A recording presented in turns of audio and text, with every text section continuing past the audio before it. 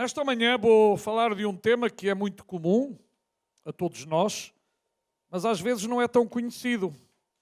Apesar que ele está bastante claro nas Sagradas Escrituras. E o problema é que nas Sagradas Escrituras tudo está muito bem claro. O que custa mais é praticar aquilo que está escrito. Falta de conhecimento não temos. Só temos que ir à Bíblia. Só temos que ler, só temos que meditar, só temos que estudar. O grande problema é que muitas das coisas que estão aqui muitas vezes passam ao lado. Eu não digo que passam ao lado porque nós o fazemos de propósito, mas porque às vezes nós temos as coisas como garantidas. Pensamos que, bem, isso é normal, é assim, é o dia-a-dia, e não nos esforçamos por, na verdade, verificar se aquilo que estamos a fazê-lo de acordo com as Sagradas Escrituras. Estamos dentro da vontade de Deus. Deus tem um projeto, Deus tem um plano para todos nós. Deus não criou o homem ao acaso. Deus criou com grande propósito. Eu gostava de iniciar com dois provérbios. Primeiro no capítulo 10 e versículo 8. E depois o segundo no capítulo 19 e versículo 20. E o primeiro, Provérbios 10, 8 diz: o sábio de coração aceita os mandamentos, mas o insensato palrador cairá. Eu repito uma vez mais. O sábio de coração aceita os mandamentos, mas o insensato palrador cairá. Deus quer, Deus deseja que eu e vocês, cada um de nós, sejamos sábios. O amém não existiu. Vocês não querem. Acham que Deus não quer que a gente seja sábios? Acham que Deus quer que sejamos sábios? Deus quer. Deus deseja. E depois é interessante que há aqui uma expressão que é o palrador. E neste mundo encontramos tantos palradores. Gente que fala, que palra, que canta, etc, etc, etc. Mas não é sábio. Porque fala demasiado. E nós não temos que falar demasiado, mas nós temos que ser autênticos, genuínos, verdadeiros. E Provérbios 19, 20 diz: ouve o conselho e recebe correção. Receber correção. Eu, pastor, vou receber correção. Sim, tu, pastor, também precisas de correção. Oi, vocês não disseram amém, então eu não preciso de correção. Eu também preciso da correção. Agora não foi para vocês, foi para mim. Amém? Ouve o conselho e recebe a correção para que sejas sábio nos teus últimos dias. Eu não diria apenas nos últimos dias, para que eu seja sábio sempre. Para que tu sejas sábio sempre. Quem é que quer ser sábio aqui sempre? Olha, eu quero, levanta as duas. Eu quero ser sábio. E pergunto, às vezes somos sábios? Vocês são, eu não. Vocês são todos sábios. Eu falho muito, mas vocês não. Vocês são as pessoas mais sábias que eu conheço. Todos precisamos da graça, da sabedoria do Senhor. Todos. Todos. Se nós não admitirmos que precisamos da sabedoria de Deus, alguma coisa está mal.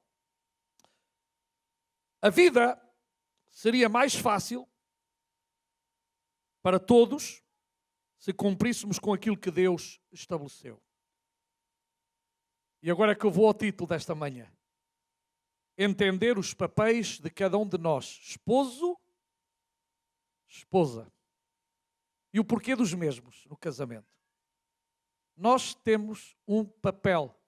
Homem, mulher. Esposo, esposa no casamento.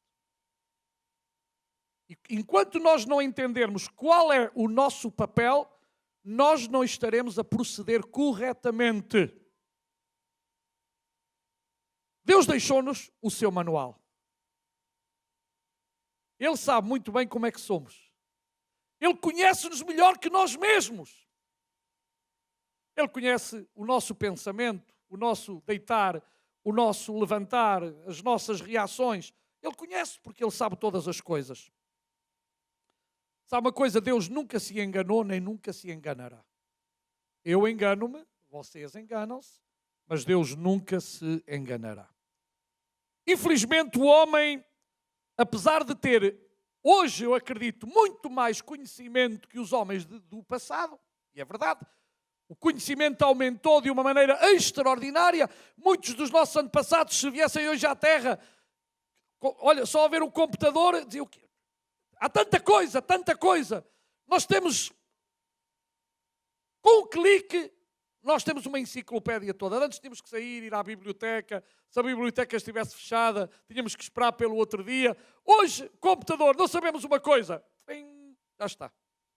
Lemos. O conhecimento nunca esteve ao alcance do ser humano como hoje. Mas eu pergunto, fez-nos isso melhores homens, melhores mulheres? Não fez, infelizmente. Eu gostaria que tivesse feito. O conhecimento não nos tem feito melhores, no sentido do caráter, entende o que lhe digo? No sentido da vida. E veja a diferença que hoje, tendo tanto conhecimento, porque é que continua-se a cometer os mesmos erros do passado, que afinal de contas a própria história demonstra que foram erros. Mas o ser humano persiste em praticar os mesmos erros.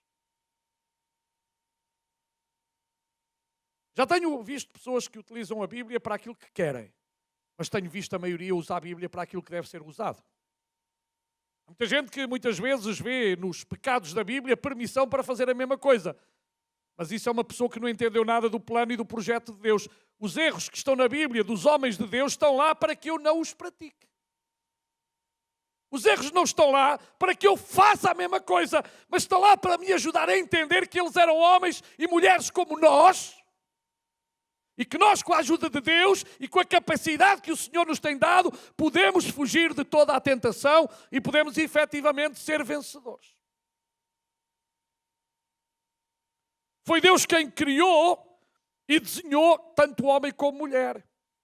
O homem e a mulher são desenho de Deus. Não é um esboço de Deus. É um desenho perfeito de Deus. Deus fez as coisas bem feitas. E sabe uma coisa? Para cada um desses, neste caso, homem e mulher, Ele estabeleceu um papel, uma função, ou várias funções, ou vários papéis, que teimosamente muitos procuram trocar ou até mudar. Porque é que o homem persiste, insiste em mudar algo que Deus criou com um objetivo? Irmãos, todas as coisas, porque é que este microfone está ao pé da boca e não está ao pé dos pés? Uma coisa tão simples como esta. Porque é que eu tenho aqui o microfone e não tenho? Vocês vão responder, não precisam de muita capacidade. Para me ouvir, melhor, neste caso não é eu me ouvir, é vocês ouvirem, não é? Ao pé dos pés. Podem cheirar mal, mas falar não falam. Que eu saiba.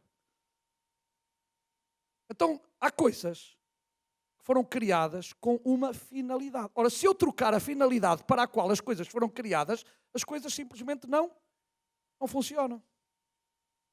As coisas não funcionam.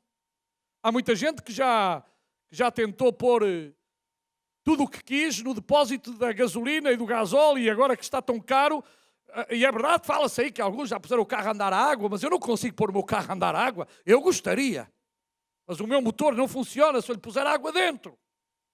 Haverá, muito bem que há, mas tem que ter outras modificações. Mas tudo o que foi criado, foi feito por um desenhador, foi feito por um arquiteto, foi feito por um engenheiro, tiveram o cuidado de preparar todas as coisas, mas o homem não pode alterar aquilo que foi feito e como foi feito, com o risco de estragar tudo. E infelizmente, se alguém tem estragado a criação de Deus, somos nós os homens. Você veja como é que está o nosso planeta. Você veja como é que está a saúde da nossa atmosfera. Contaminada, estragada. Por quem? Por Deus? Não, Deus criou tudo perfeito, tudo bom. Mas os homens persistem em contaminar, em estragar, em destruir, porque o homem pensa que sabe mais do que Deus.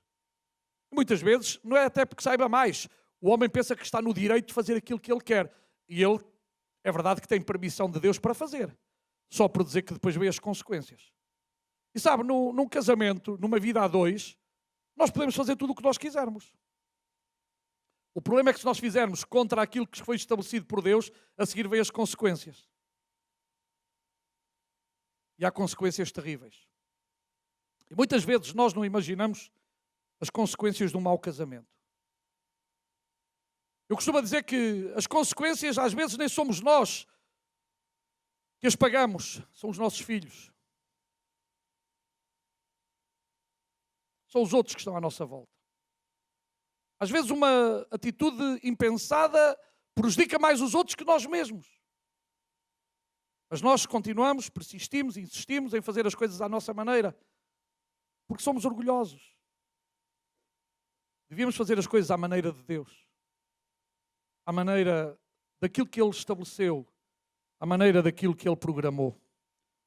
Um casamento, quando não funciona, a culpa não é de Deus, mas do homem e da mulher que não querem, ou não souberam, ou não querem ou não souberam cumprir os papéis para os quais foram desenhados.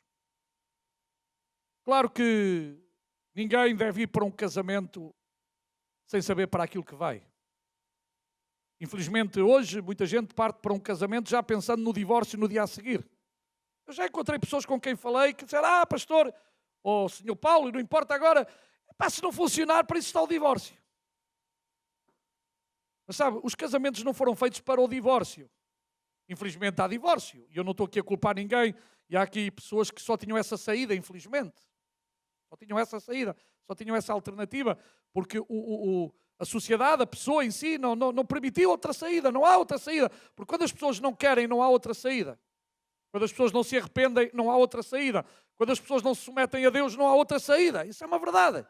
E não vamos aqui estar a pôr paninhos quentes em algo que é real. Mas, meus amados irmãos, o casamento é algo que deveria ser pensado antes de. Há muita gente que vai para o casamento porque, pronto, ou está de moda, ou vai para o casamento porque os outros casaram. Mas o casamento é um passo muito sério, muito solene, é um passo de muita responsabilidade, é um passo que exige maturidade. Não ouvi um grande amém, mas enfim. Se você não tem maturidade é porque você não deve casar, deve saber o que é que está a fazer. E quando nós falamos de homem e mulher e os papéis para os quais foram desenhados, temos que entender como é que a Bíblia começa em relação ao homem e em relação à mulher. A Bíblia começa por dizer que Deus criou. Deus criou o homem e Deus criou a mulher. Deus criou. O homem e a mulher não é fruto do acaso. Não é fruto, desculpem, de uma explosão de qualquer coisa. É fruto da mão de um Criador que soube fazer as coisas bem feitas. Deus não fez um protótipo de homem. Deus fez um homem, Deus fez uma mulher. Deus não anda a brincar nos laboratórios, a ver se tira daqui, põe acolá, e é imperfeito aqui, é perfeito acolá. O ser humano não foi feito num laboratório, simplesmente foi feito por alguém com toda a capacidade, com toda a inteligência. Por isso Deus tem um propósito com cada homem, com cada mulher, com cada casal, com cada família, com cada filho, com cada filha. Deus continua a ter um projeto para nós, seres humanos. E nós temos que entender, compreender qual efetivamente é o projeto de Deus para a nossa vida, para a nossa família, se queremos a bênção de Deus sobre o nosso lar. Eu quero a bênção de Deus sobre o meu lar. Eu quero a bênção de Deus sobre a minha vida. Eu quero a bênção de Deus sobre as vossas vidas. Porque eu quero e desejo o melhor para vocês. E eu sei que vocês também desejam o melhor para mim. Então nós desejamos o melhor. E o melhor só pode vir de Deus. Eu repito, o melhor só pode vir de Deus. Ou seja, tanto homem como mulher fazem parte da criação e do plano de Deus. Assim sendo, tanto homem como mulher não apareceram por acaso, fruto de uma mente desgovernada, sem sentido, mas Deus tem um sentido para todas as coisas. Deus tem um sentido para todas as coisas e muito mais para o homem e para a mulher. Na criação, além de nós, como seres humanos, termos o livre-arbítrio, ou seja, capacidade para pensar, para escolher, Deus deu a cada um um papel para desempenhar que é eficaz quando cumprido de acordo com a sua palavra Tanto o homem como a mulher são diferentes, psicologicamente, anatomicamente, sexualmente, afetivamente e até espiritualmente. Nós podemos ver as características gerais do homem, as características gerais da mulher, e ainda bem que são diferentes, porque elas se complementam. Elas em si mesmas chegam a ser uma grande força, porque elas tornam-se numa sinergia, unindo o fator homem, o fator mulher, os dois juntos podem chegar muito longe. Louvado seja o nome do Senhor, porque é uma sinergia fantástica. Deus estabeleceu, Deus fez de tal forma as coisas para que homem e mulher possam fazer coisas tremendas e gloriosas quando eles querem ser guiados e dirigidos pelo Espírito Santo. Nenhuma dessas diferenças nos diminuem a nós. Não nos fazem inferiores, nem nos fazem superiores. Não há, as mulheres não são inferiores, nem os homens são superiores e vice-versa. Aqui não há superiores nem inferiores. Aqui complementamo-nos uns aos outros. Complementamo-nos uns aos outros.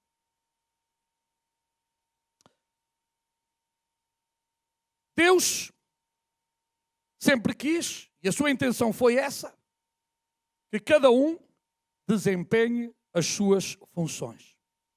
Reparem que quando o homem estava sozinho no jardim do Éden, Deus não fez outro homem, mas fez uma mulher. O homem estava sozinho no jardim do Éden. Querem que eu faça um desenho? E Deus não fez outro homem. Deus fez uma mulher. Não o que está lá escrito. Eu não estou a dizer nada fora daquilo que está escrito. Há outros que querem fazer outros desenhos. Façam os desenhos que quiserem. Mas eu quero fazer o desenho de Deus, porque eu quero ser sujeito a Deus. Quero andar de acordo com a palavra de Deus. Quero sujeitar-me a Deus para que o nome de Deus seja glorificado na minha vida e nas nossas vidas. É verdade que o homem é livre de fazer o que quiser. Deus permite que o homem faça aquilo que ele quiser. E o homem é livre. Mas também o homem é livre para arcar com as consequências daquilo que faz. Se eu chegar ali à ponte 25 de Abril, a não ser que não me tenha ponte, não importa agora, e a mandar-me lá para baixo, eu tenho que arcar com as consequências. As consequências é que eu vou morrer. Não vou apanhar lá um colchão lá em baixo para me agarrar. E o homem continua a mandar-se no vazio. Deus estabelece, Deus diz, Deus faz, e o homem continua a dar saltos no escuro, a dar saltos no abismo. O homem continuamente está a dar saltos, saltos, saltos, saltos. O homem pode dar, mas o homem tem que ser responsável pelos seus atos. O grande problema é que quando o homem falha, quer culpar Deus. Para muitos Deus não existe. Se não existe, deixem Deus em paz. Se Deus não existe, deixem Deus em paz. Porquê é que culpam a Deus se Deus não existe? Outra coisa que eu até hoje continuo a não entender é que se a Bíblia não presta para nada, porquê é que as pessoas atacam a Bíblia? Porquê é que a Bíblia está proibida de entrar em alguns países? Então se ela não presta para nada, ter medo de uma coisa que não presta é de loucos. Uma coisa que não presta, eu ignoro-a. Ora, se eu tenho medo de uma coisa que não presta, é porque afinal de contas lá no meu subconsciente, afinal de contas eu tenho medo. E se tenho medo é porque alguma coisa ela pode fazer. Por que ter medo de um livro? Esse livro não serve para nada, para que ter medo desse livro? Porquê é que as pessoas continuam a ter medo da Bíblia? A Bíblia em si, olhas para ela, é inofensiva, não mata ninguém, é verdade. Também não cura ninguém. Mas as palavras que estão lá dentro curam, libertam. Amém? As palavras que estão lá dentro produzem fé, produzem mudança, produzem milagres tremendos na vida de cada um de nós quando aplicamos essa palavra ao nosso coração e à nossa vida.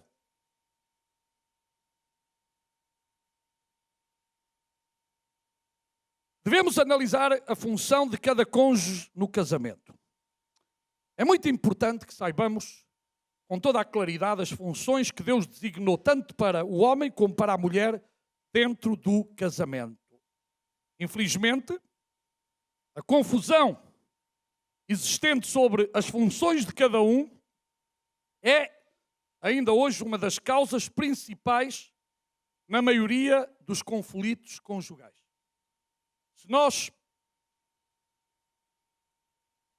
fôssemos perguntar aos casais o porquê da maioria dos seus conflitos, uma grande parte, para não dizer a totalidade, tem a ver com o facto de nós não assumirmos e vivermos os nossos papéis de acordo com a Bíblia de cada um de nós. Ao não obedecermos, ao não fazermos de acordo com o projeto de Deus, nós estamos a destruir-nos a nós próprios. Estamos a destruir a nossa casa, a nossa família, estamos a destruir os valores todos da palavra de Deus. Deus deu a cada cônjuge, eu quero recordar que a palavra cônjuge vem da palavra jugo, que significa levar juntos o mesmo jugo, um posto ou uma função de serviço diferente à do outro, e a mesma não é nem superior nem inferior, mas entre os dois podem levar a bom porto aquilo que eles delinearam, projetaram, que certamente é a família. Por isso nós utilizamos ainda a expressão até que a morte nos separe. Amém? E é possível. E há aqui, graças a Deus, irmãos que levam muitos anos casados, e há outros que levam muitos mais anos do que alguns dos que estão aqui, e se levam todos estes anos, é porque efetivamente é possível viver uma vida a dois. É possível. Amém? Para conseguir harmonia na vida familiar, é essencial que os esposos conheçam, e não somente conheçam, mas aceitem o seu próprio papel e o do seu cônjuge. Ou seja, eu tenho que aceitar o meu papel e tenho que aceitar o papel da minha mulher. A minha mulher tem que aceitar o meu papel, ok? E o seu papel. O problema é que alguns não querem aceitar o seu papel. E também não querem aceitar o papel do seu cônjuge. Não querem aceitar a função do seu esposo. E há esposos que não aceitam a função da sua esposa e a coisa troca-se toda. Isto é como quando nós vamos jogar a qualquer jogo, pode ser xadrez, pode ser damas, não importa. Qualquer jogo tem as suas regras. Vocês não conseguem jogar sem regras. Duas pessoas só conseguem jogar um jogo se houver regras. Se não houver regras, ninguém sabe o que é que vai fazer. Todos olhamos para o tabuleiro e agora? Não há regras? Dizemos, e agora? O que é que eu faço? Mas sabe uma coisa? Deus teve o cuidado de deixar aqui as regras. Então, eu não posso dizer, e agora o que é que eu faço? Aqui estão as regras para o esposo e as regras para a esposa. Aqui estão as nossas regras. Regras de fé, regras de conduta que nós devemos aplicar às nossas vidas. Devemos fugir, no casamento, de todo o tipo de competitividade. Um casal não compete entre eles. Não estão a competir, não estão numa luta, não estão numa corrida naquele sentido para ver quem chega primeiro, para ver quem é o maior. Os dois querem chegar de mãos dadas. Não é quem chega primeiro. Deita abaixo, eu é que sou boa, eu é que sou bom, eu é que sei, tu não sabes. Isto não está permitido num casamento. Então não deve existir competitividade. Eu não devo fazer as coisas para que a minha mulher fique em baixo, nem a minha mulher deve fazer as coisas para que eu fique em baixo, mas para que os dois estejamos sempre juntos. Qual é a nossa motivação no casamento? É a competitividade? Andamos a competir um com o outro? Não, todos estamos a trabalhar para o mesmo fim, para o mesmo projeto. Não são dois projetos. O casamento não são dois projetos, é um projeto. Metam isto na cabeça, meus irmãos e amigos. Só há um projeto, é o nosso projeto, de acordo com o projeto de Deus. Deus tem um projeto para nós e nós queremos seguir o projeto de Deus para as nossas vidas.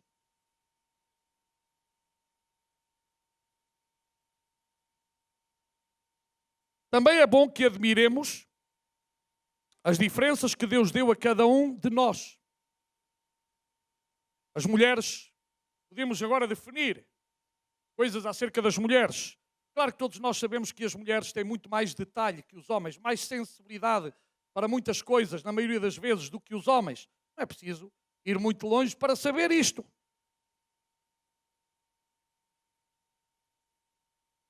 Quer homem, quer mulher, muitas vezes têm capacidades diferentes. Isso, para mim, é uma riqueza. É uma riqueza. E nós devemos aproveitar a riqueza de cada um. O homem também foi fraquinho, mas enfim. Haja aqui, só se foi abandonado. Haja aqui um homem que fale mal da sua mulher. Da sua mulher, não, desculpe. Da sua mãe. A não ser que foi abandonado, é? Isso é outra coisa. Mas aqueles que fomos amados, cuidados. Alguém consegue falar mal da sua mãe? Não, pois não. Sabem porquê? Porque elas fazem coisas que provavelmente nós homens jamais faríamos. As mães fazem coisas que nós, os homens, jamais faríamos. Temos a nossa função, é cuidado. Mas sabe uma coisa? Aquele facto da mulher ter-nos lá 9 meses. 9 meses é o normal. Não vamos agora aqui discutir com filósofos se foram 6, se foram 7, se foram 9, 2 dias. Não. O facto da mulher ter no seu ventre, cada um de nós, faz dela algo que ninguém jamais lhe poderá chegar aos calcanhares. Nunca.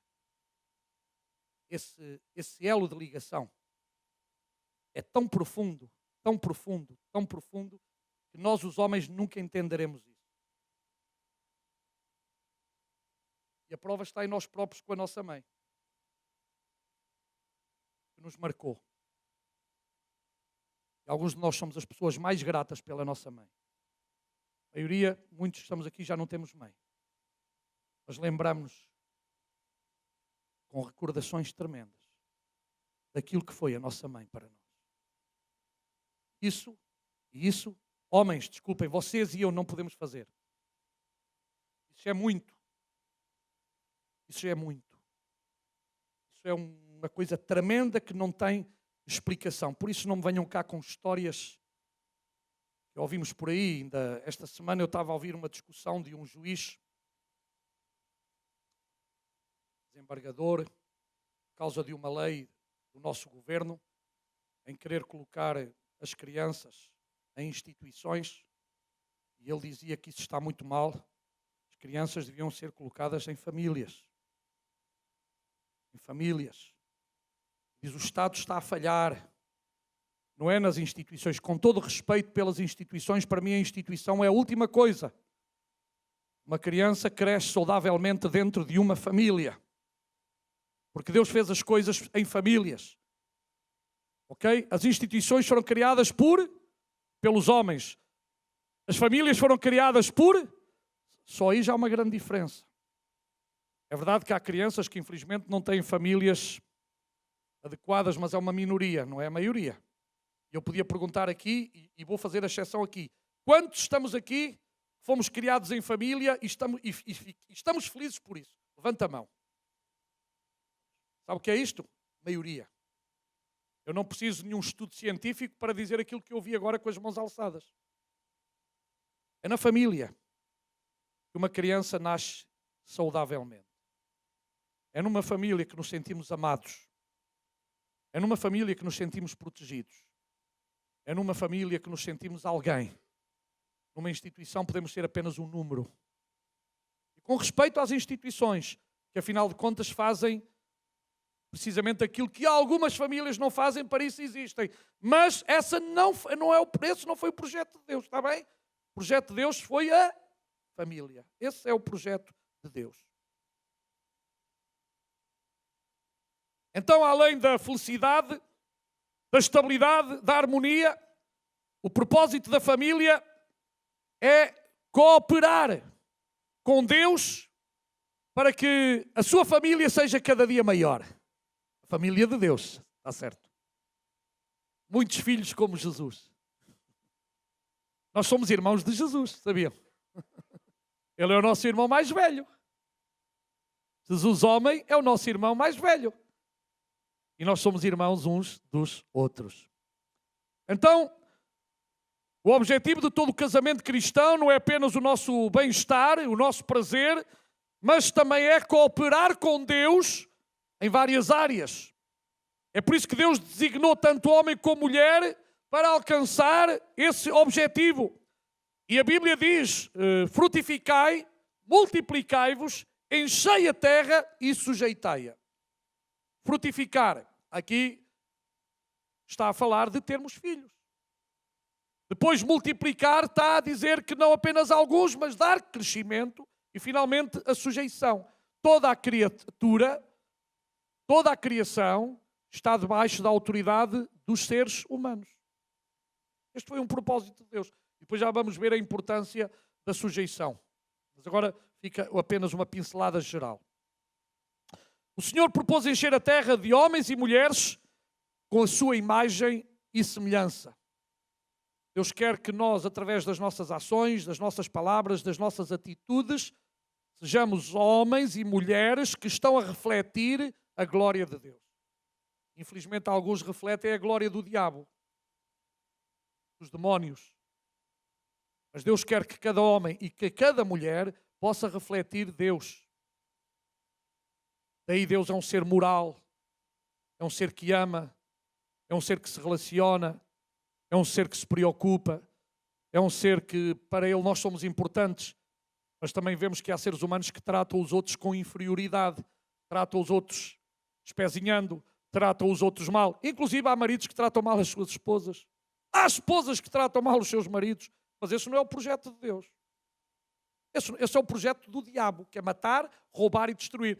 E alguns, como não acreditam no diabo, o diabo esfrega as mãos. Diz, olha, enquanto tu não acreditares em mim, eu vou fazer na tua vida o que eu quero. Mas eu quero que a vontade de Deus seja feita na minha vida e Deus quer que a vontade de Deus seja feita na tua vida. Na vida de cada um de nós. Com esta finalidade, outorga ao homem certas capacidades e uma das coisas que Deus nos outorgou foi uma ajudadora idónea. As mulheres são as ajudadoras idóneas. Uma pessoa idónea é uma pessoa com capacidade. Infelizmente, os muçulmanos não acham que a mulher tenha capacidade nenhuma. Mas Deus diz-me na sua palavra que a mulher tem toda a capacidade. Eu não sei como há aí tantas mulheres a defender o Islão, é porque não leram o Alcorão muito bem. Porque quando leem o Alcorão, vem lá permissão da parte do marido para lhes bater. E depois aqueles teóricos vêm dizer que é com um palito de dentes. Que eles batem na mulher com um palito de dentes. Já fosse. Depende é como põe o palito, não é? É que também se pode espetar com o palito, sabiam, não é? Mas irmãos, desculpem, estupidez eu não admito a ninguém. Está lá escrito, e eu provo que está escrito, que nas mulheres têm liberdade e autoridade para bater. Não estou a dizer nenhuma mentira. Leiam e depois venham discutir comigo. Uma vez uma professora, colega, estávamos a discutir precisamente sobre isso. Eu disse, olha, na sura tal, na sura tal, na sura tal, na sura tal, está lá a surra. Foi mesmo assim, surra. Mas sabe uma coisa? Na minha Bíblia, não está lá para eu bater na mulher, está para eu amar, respeitar e cuidar dela. Esta é a Bíblia. Este é o nosso manual. Então, Deus não dá ao homem meramente uma companheira, muito menos uma empregada ou criada, porque alguns pensam que a mulher é empregada, é criada. Mas sabe uma coisa? A Bíblia diz que Deus concedeu uma ajudadora idónea, uma colaboradora eficaz para levar adiante em conjunto, não separadamente, em conjunto, esse nobre empreendimento para a glória de Deus. E uma família é um nobre empreendimento, um casamento é um nobre empreendimento. De modo que tanto o homem quanto a mulher são colaboradores de Deus em diferentes papéis e funções. E nós temos que entender qual é o nosso papel como homens. Qual é o nosso papel? Os deveres do homem, os deveres do marido. A Bíblia começa por dizer que deixará o homem pai e mãe e se unirá à sua mulher. Mateus 19:5. Deixará. Ou seja, o homem deixa de estar sujeito ao seu pai, que era o cabeça do seu lar enquanto não estava casado, e começa a exercer um novo lar. É por isso que a partir daí o paizinho, a mãezinha não se devem meter. O amém tão fraco. Nenhum até. As mulheres hoje não me estão a ajudar muito. E os homens também não, se não dizem amém. O paizinho, a mãezinha, não se podem meter no casamento dos seus filhos. Quando a Bíblia diz deixará, está efetivamente a dizer deixar para trás, partir a ligação e unir com a sua esposa, que é juntar numa só peça. O homem passa a ser uma só peça com a sua mulher. Já não são dois, passam a ser um. E se são um, têm que avançar em frente. Então é bom que as famílias respeitem as novas funções que são atribuídas biblicamente a esse homem que começa a constituir família. Sogras, sogros, não se metam na vida dos vossos filhos, dos vossos genros. Por favor, deixem-nos em paz. Se você quer estragar a vida dos outros, meta-se. Mas depois não se queixe. Infelizmente, problemas entre sogros e sogras, daí as sogras terem tão má fama. Mas esquece-se uma coisa, é que sogra está nos dois lados. E geralmente só se ataca a sogra da parte da mulher. Mas esquece que ela também tem sogra. Cuidado com a brincadeira, porque há sogros e sogros. Sogros que estão aqui, marquem a diferença. Sejam sogros de acordo com a palavra de Deus. Não se metam na vida dos vossos filhos. Se os vossos filhos pedem um conselho, vocês deem o conselho. Não vos pedem um conselho, não se metam na vida deles, por favor. O amém foi muito fraquinho, mas já estou habituado. O homem é a autoridade do lar. Aí agora aqui vamos começar a ver. O homem é a autoridade do lar, assim como Deus é a autoridade do homem. Pois se só dissesse a primeira frase era mais complicado. Mas eu estou a dizer duas frases. O homem é a autoridade do lar, assim como Deus é a autoridade de quem? Sabe uma coisa? Sempre que falamos de autoridade na Bíblia, é importante dizer que sempre é uma autoridade delegada. É uma autoridade delegada. A autoridade que eu tenho no meu lar foi-me delegada. Eu não sou o autoritário. Eu não sou o cabeção. Eu não sou o chefão. Eu sou uma autoridade a quem Deus deu autoridade e, como tal, eu tenho que dar contas da minha autoridade a Deus. E muitos homens esquecem-se que têm que dar contas a Deus da sua autoridade. Isso significa que nós não podemos fazer o que queremos, mas devemos fazer as coisas de acordo com a vontade de Deus. O homem não tem autoridade para fazer aquilo que ele quer, mas o homem pode fazer aquilo que Deus estabeleceu que ele faça. Ou seja, há sempre sobre o homem uma autoridade superior. Agora os homens também, vocês não disseram amém. Sobre nós homens há sempre uma autoridade superior. E essa autoridade superior chama-se Deus. Deus é a nossa autoridade superior. E é de Ele de onde emanam todas as leis. O homem em si mesmo não é a autoridade máxima. Não, senhor. Mas ele exerce uma autoridade que lhe foi confiada e ele mesmo tem que prestar contas dessa autoridade. Exemplo. Quem está aqui que é militar, levanta a mão. Militares, não há aqui militares, está lá atrás, um militar. Amém. Um pelo menos há mais. Quantos já foram militares? Levantem a mão. Quantos? Ok, baixem a mão. Vocês homens, agora estamos a falar para os homens. Alguns tiveram ou têm diferentes patentes. Vocês já viram um soldado dar ordens ao capitão? E por que não? Somos todos iguais. Qual é a diferença? É patente. O que é uma patente? Foi uma autoridade delegada. Ele também começou como soldado, como todos. Todos começaram soldados. E todos estiveram debaixo de autoridade. Foi subindo em autoridade, não subiu como homem, não é mais importante, não é melhor. Não, senhor, é apenas uma questão de autoridade e está estabelecido nas regras militares que esse homem tem autoridade sobre os outros. E ninguém chega lá ao quartel e diz: "Oh, Sr. Capitão, a partir de hoje quem manda sou eu.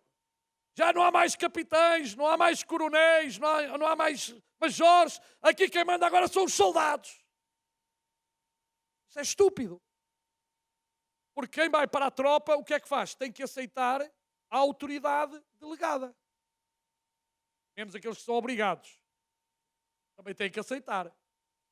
Mas qualquer pessoa que queira ir para uma carreira, no Exército, na Marinha, na Força Aérea, sabe muito bem que está sujeito a uma autoridade. Ora, e porquê é que na casa não pode haver uma autoridade?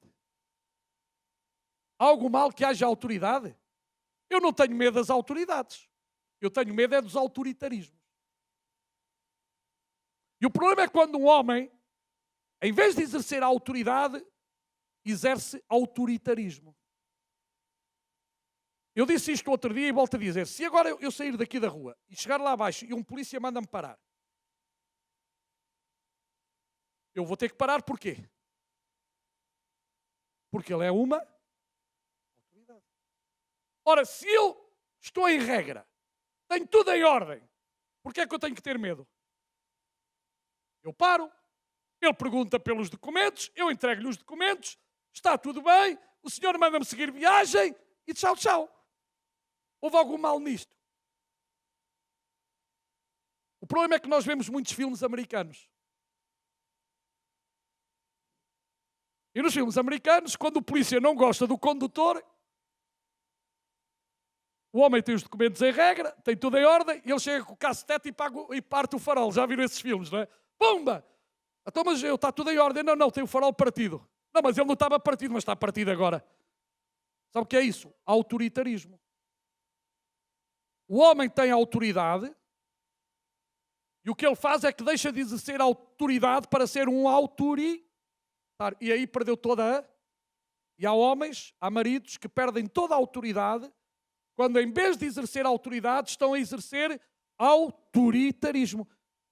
Ou seja, são daqueles que mandam 2 murros na mesa e dizem: quem manda aqui sou eu. Isso não é Bíblia. Você não manda nada se Deus não deixar mandar. Eu não mando nada se Deus não me deixar mandar. E aquilo que eu mando, tenho que saber que eu tenho que dar contas daquilo que estou a mandar. Porque se eu estiver a mandar mal mandado, eu sou culpado de muita coisa. E eu vou ter consequências na minha vida e vou ter consequências no futuro. Então nenhum homem tem o direito de ser um autoritário, um déspota, um irracional.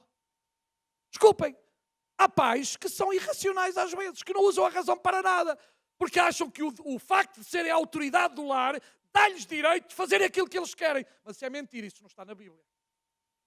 Eu não posso fazer com a minha família aquilo que eu quero. Eu tenho que fazer com a minha família aquilo que Deus quer que eu faça, que é diferente. Maridos, vocês não podem fazer aquilo que vocês querem. Vocês têm que fazer aquilo que a Bíblia diz para fazerem. E já vamos lá ver o que é que a Bíblia diz para os maridos fazerem. É claro, está muito claro. Não precisa de grande filosofia, nem de voltas de folha, porque a coisa está bastante clara. Um grande problema hoje na sociedade na qual vivemos é quando se diz que o marido é o cabeça. Isto não entra na cabeça das feministas, também não entra mesmo. As feministas têm um grande problema com certas palavras na Bíblia. Isso de cabeça, elas começam a ver, elas é que começam a fazer um desenho. As feministas fazem muitos desenhos. Até deixam de ser femininas, veja lá, algumas delas. Quando uma das coisas que eu falo agora como homem, que a mim mais me atrai é a pessoa ser feminina. Penso que a maioria dos que estamos aqui casámos-nos porque nos atraiu este aspecto também, além de outros muito importantes. Não foi? É uma coisa natural, que Deus criou assim. Não podemos ir contra aquilo que Deus criou, contra aquilo que Deus estabeleceu. Mas pronto, o grande problema disto da cabeça.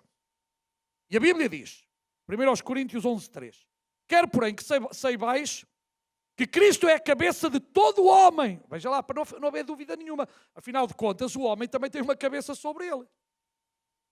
Só entender a tal autoridade delegada, o homem não faz posse, quer e mando. O homem está sujeito a uma cabeça, e essa cabeça chama-se Cristo. A mulher está sujeita a uma cabeça, e essa cabeça chama-se homem. E o homem, por sua vez, tem que fazer as coisas de acordo com a boa, perfeita e agradável vontade de Deus. E uma delas é amar a sua mulher como se ama a si mesmo. É que muitos homens querem ser o cabeça, mas depois esquecem-se de amar. E quando você deixou de amar, você não é cabeça de nada. Você é cabeça sua. Ou em vez de cabeça sua, é um grande cabeção. E outros no norte, eu sou do norte, chamam-lhe cabeçudo. E eu, como homem, não quero ser cabeçudo. Vocês querem ser cabeçudos? Alguém aqui quer ser cabeçudo? Não. Queremos ser cabeça. Mas cabeça no sentido de respeito, debaixo de autoridade. É verdade que somos autoridade dentro, mas estamos debaixo de uma autoridade que é Cristo. Amém? Então, o marido é o responsável por realizar, com a ajuda da esposa, o que Deus recomendou. É o encargo de fazer com que a família se encaminhe para o cumprimento do propósito divino. É a autoridade que estabelecerá o governo de Cristo no lar. O homem deve governar com responsabilidade, com graça e com amor. Repito, o homem deve governar com responsabilidade, porque se o homem for um irresponsável, a coisa está toda estragada. Se o homem não tiver graça para fazer as coisas, está tudo estragado. E se o homem não tiver amor, também não serve para nada. Nunca esqueçamos, nós homens, que precisamos de governar a nossa casa, o nosso lar, com responsabilidade, com graça e com amor. Devemos, na nossa casa, no nosso lar, representar Jesus na nossa família. Nós não somos Jesus, mas nós somos representantes de Jesus na nossa família. É bom que a nossa mulher, os nossos filhos, nos vejam atuar como Jesus atuaria. Não é como lá o outro que não conhece a Deus. Não é como o outro lá que não quer saber de Deus para nada. Nós temos que atuar dentro do nosso lar como Jesus atuaria e como Jesus atuou. A nossa autoridade não nos deve levar a impor os nossos caprichos sobre a família e muito menos fazer com que ela nos sirva. Jesus disse, aquele que quiser ser maior, seja este que vos sirva. Isto não se aplica apenas aos discípulos, aplica-se aos maridos, aplica-se aos esposos. Se nós queremos ser muito grandes, então sirvamos com o exemplo. O amém é muito fraquinho, mas pronto, não posso fazer mais nada. O marido é igualmente responsável por vigiar, prover, cuidar, proteger a família, solucionar os problemas que surgirem com a ajuda do Senhor. Ele também é o responsável por guiar a família a uma convivência harmoniosa, feliz, na qual todos se possam desenvolver física, mental, social e espiritualmente. Se aqueles que estão debaixo do nosso cuidado não se desenvolverem, é porque alguma coisa está errada. Deus quer que eu ajude os meus filhos, a minha família, a desenvolver-se nestas áreas, na área física, na área mental, na área social e na área espiritual. Também é o responsável por ensinar a palavra de Deus, instruir, animar, edificar, repreender, corrigir, certamente. Mas essa orientação virá principalmente do nosso exemplo. Se você não é o exemplo, você não tem o direito de exigir nada aos outros. Maridos, ou nós lutamos por ser o exemplo, ou não teremos a moral de dizer nada. Amém. Agora é que nos deixou todos assim um bocado em baixo, não é? Isto é um bocado difícil. Mas é isto que está na Bíblia. Eu tenho que ser exemplo. Eu tenho que ser exemplo para a minha mulher. Eu tenho que ser exemplo para os meus filhos. Se eu não sou exemplo, para que servem as palavras? Para nada. Palavras levas o vento. Nós temos que ser exemplo. Deus quer que nós sejamos exemplo. Trabalhar para providenciar o sustento da família. E essa é a responsabilidade também do homem. Imaginem homens que ficam na cama até às tantas da manhã e a mulher é que vão trabalhar. Se é porque não há trabalho, saia da cama e vá procurar trabalho a essa hora. Aí o que é que eu estou a dizer? Desculpe. Então o homem fica em casa, a mulher vai trabalhar e ele na cama até às tantas? Levanta-te da cama, mandrião, e vai procurar trabalho.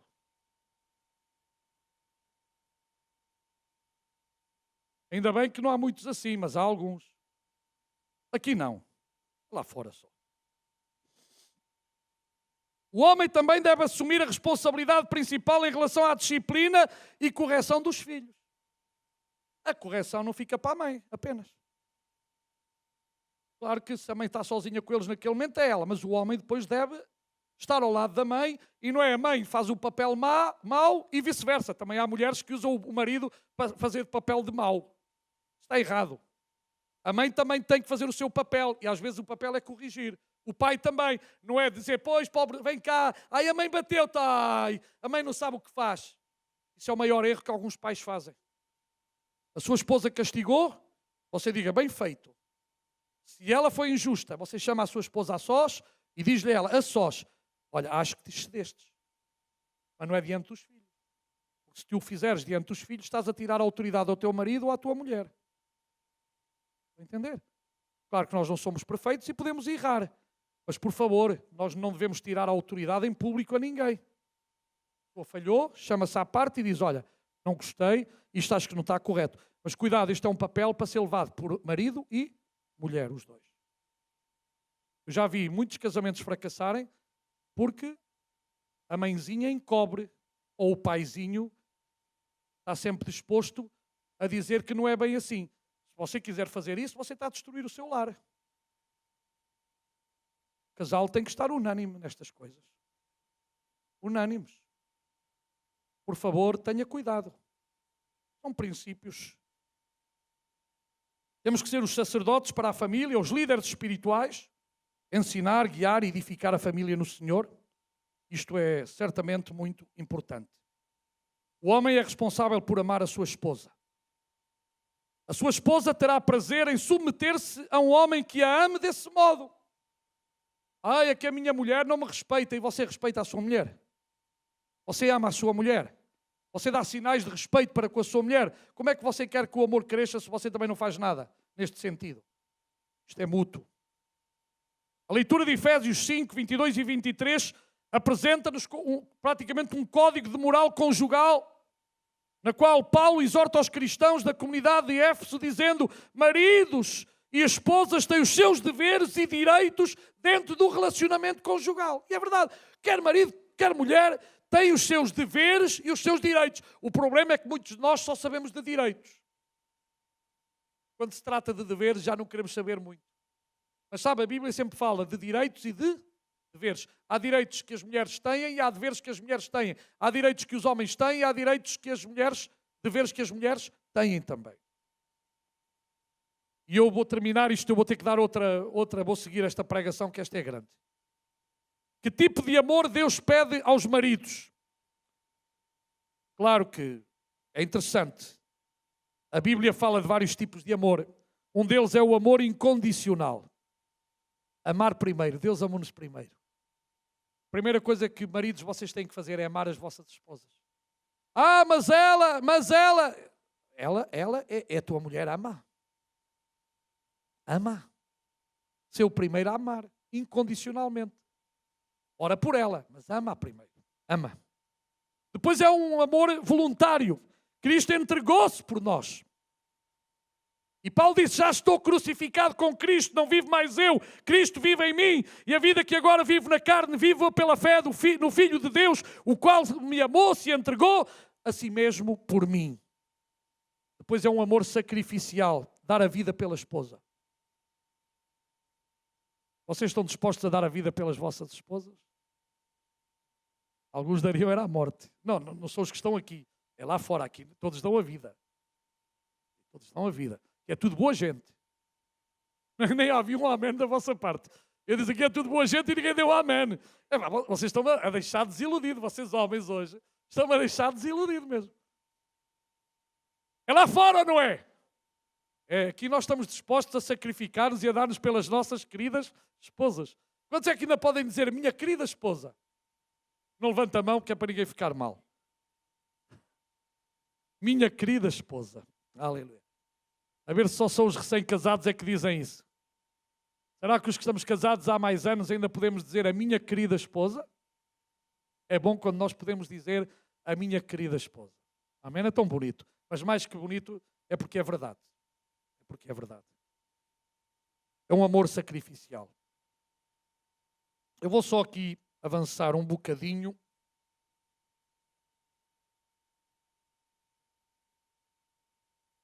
Claro que a Bíblia fala de muitas coisas. Conceder... não trata a sua esposa com amargura, Colossenses 3,19, por exemplo. Há muitos que tratam a esposa, desculpa a expressão, de qualquer jeito, de qualquer maneira. A esposa não é para ser tratada de qualquer maneira, de qualquer jeito, é para ser tratada com amor, com respeito, com carinho. Conceda à sua esposa o afeto que lhe é devido, 1 Coríntios 7,3. Devemos satisfazer as necessidades e os seus desejos da nossa esposa. Não é todos os desejos, não é? Entendam. Se ela às 4 da manhã quiser que eu vá comprar não sei o quê, se aquilo estiver fechado, eu posso correr o que... Há tempos ouvi uma que um marido andou 200 km para ir comprar não sei o quê para a esposa. E quando chegou, ela disse, já não me apetecia isso, agora apetecia-me outra coisa. Brincamos, não? Mas pronto, o esposo mesmo assim, paciência, amor, olha, o que é que vou fazer? Vou comer eu.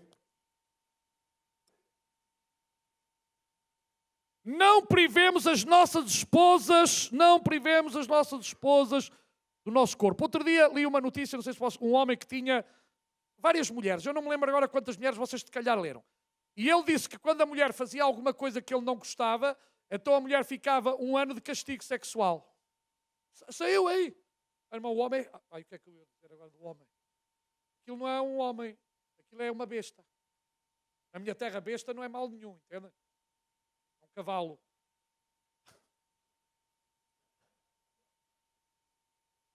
A Bíblia diz para o homem conceder e a mulher conceder, não é? Há por aí muito jejum às vezes. Tenham cuidado com esses jejuns prolongados, porque isso faz mal. Faz mal. E biblicamente não está certo. Nós temos que cumprir as nossas obrigações conjugais com a nossa esposa. Se não o fizermos, estaremos a roubar o que lhe é devido. Também outra coisa, eu tenho dito isto, não devemos provocar... E está um pouco dentro dos nossos filhos à ira. Mas criá-los na disciplina e na admoestação do Senhor, Efésios 6,4. Devemos ser justos e honestos. Não devemos deixar toda a disciplina, eu já disse isto, mas reforço para a nossa esposa, porque a responsabilidade também é nossa. E devemos cuidar da nossa família. E cuidar também no sentido espiritual. Irmãos, eu não sei porque alguns pais não insistem que os seus filhos fiquem na escola dominical.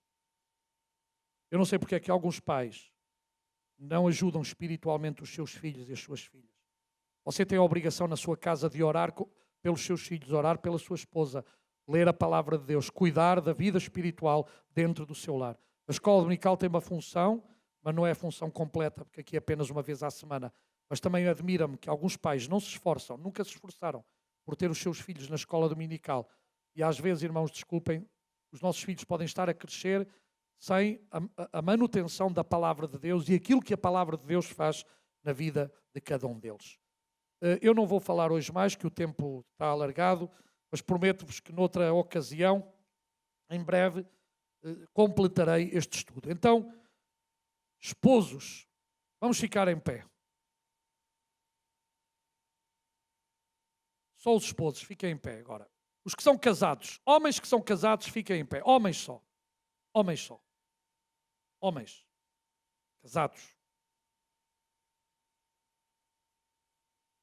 Vamos agora, cada um de nós, na presença de Deus, e não necessitamos de que a nossa esposa nem o amigo do lado nos ouça. Vocês sabiam que podemos orar sem ninguém nos ouvir? Mas há um que sempre ouve, é Deus. Diga agora a Deus qual é o seu maior problema como esposo. Onde é que você tem mais dificuldade? E depois prometa a Deus sujeitar-se à sua palavra e fazer com que na sua casa continue a haver, haja mais, não importa, cada um sabe, paz, felicidade, harmonia. Ora agora, fecha os teus olhos, fala com Deus. Fala com Deus. Diz, Senhor, eu quero ser aquele homem que tu desejas, aquele marido que tu desejas, aquele esposo que tu desejas. Ajuda-me a mim. Ajuda aos meus irmãos. Ajuda-nos a amar incondicionalmente a nossa esposa, a nossa família. Se há alguma área, Senhor, em que eu estou a falhar, ajuda-me, que o Teu Espírito Santo me abra a mente para que eu possa cumprir o papel para o qual Tu me tens chamado. Sabe, muitas vezes nós entregamos os papéis à nossa esposa e ela está a cumprir o papel que era nosso. Isto é uma coisa muito antiga. No tempo da guerra, os maridos foram para a guerra, as esposas ficaram em casa com os seus filhos e as esposas começaram por ser tudo. E quando chegaram, passado alguns anos, a mulher não soube entregar-lhe a ele o seu papel, a sua função. E há mulheres que hoje, e agora falo para mulheres, há mulheres que não permitem que o seu marido exerça a sua função. Está errado. Mas eu vou falar no outro dia. Mas maridos, a culpa também é vossa quando vocês não exercem o papel para o qual Deus vos chamou, em amor. A culpa é nossa. E se nós queremos melhores casamentos, melhores famílias, melhor bênção sobre a nossa vida, então essa é a nossa responsabilidade. Se tu entregaste algum dos teus papéis nas mãos da tua mulher, é tempo que tu recuperes. Mas não vais recuperar com violência, vais recuperar com oração, com amor, com dedicação, dizendo: mulher, tu fizeste isto, mas está errado, eu vou-te assumir esta área, em conjunto, ajudas-me, vamos conseguir. Porque Deus quer construir os vossos casamentos, o meu casamento. Deus quer construir as nossas vidas, meus irmãos. Deus quer abençoar as nossas famílias.